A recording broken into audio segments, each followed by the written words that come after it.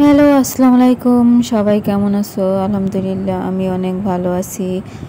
This is Moni, welcome to my another blog. আমি প্রতিদিনই তোমাদের সাথে আমার ডেইলি কাজকর্মগুলো শেয়ার করি, তেমন আজও ব্যতিক্রম নয়। আজও তোমাদের সাথে আমার কাজকর্মগুলো শেয়ার করে থাকবো।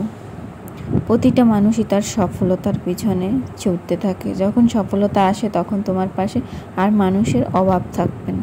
আর যখন তুমি তিলে তিলে সফল হওয়ার জন্য সফলতার পিছনে ঘুরবে, দৌড়াবে, ধৈর্য অপেক্ষা নিয়ে কাজ করতে থাকবে, তখন দেখবে তোমার পাশে কেউই থাকবে না, কেউই তোমাকে সাহায্য করবে না। আর যখন দেখবে তুমি সফলতার তুঙ্গে, তোমার টাকা আছে, পয়সা আছে, গাড়ি আছে, বাড়ি আছে, তখন পাড়া প্রতিবেশী, আত্মীয় স্বজন তোমার প্রতি আর ভালোবাসার অভাব থাকবে না, থাকবে না তোমার প্রতি কোনো অবহেলা, অবজ্ঞা।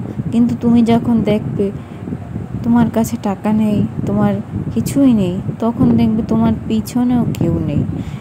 তোমার প্লেটের ভাত পর্যন্ত ভাগ হয়ে যাবে তোমার টাকার কারণে। টাকা এমন একটা জিনিস, তোমার টাকা থাকলে তোমার জন্য আলাদা বাটিতে করে তরকারি রাখা হবে, আলাদাভাবে তোমার জন্য রান্না করা হবে, আলাদাভাবে তোমাকে প্রশংসা করা হবে। কিন্তু যখন তোমার টাকা থাকবে না, দেখবে চারপাশ অন্ধকার, কেউই তোমাকে দাম দেবে না। টাকা পৃথিবীটাকে এমনভাবে অন্ধ করে রেখেছে।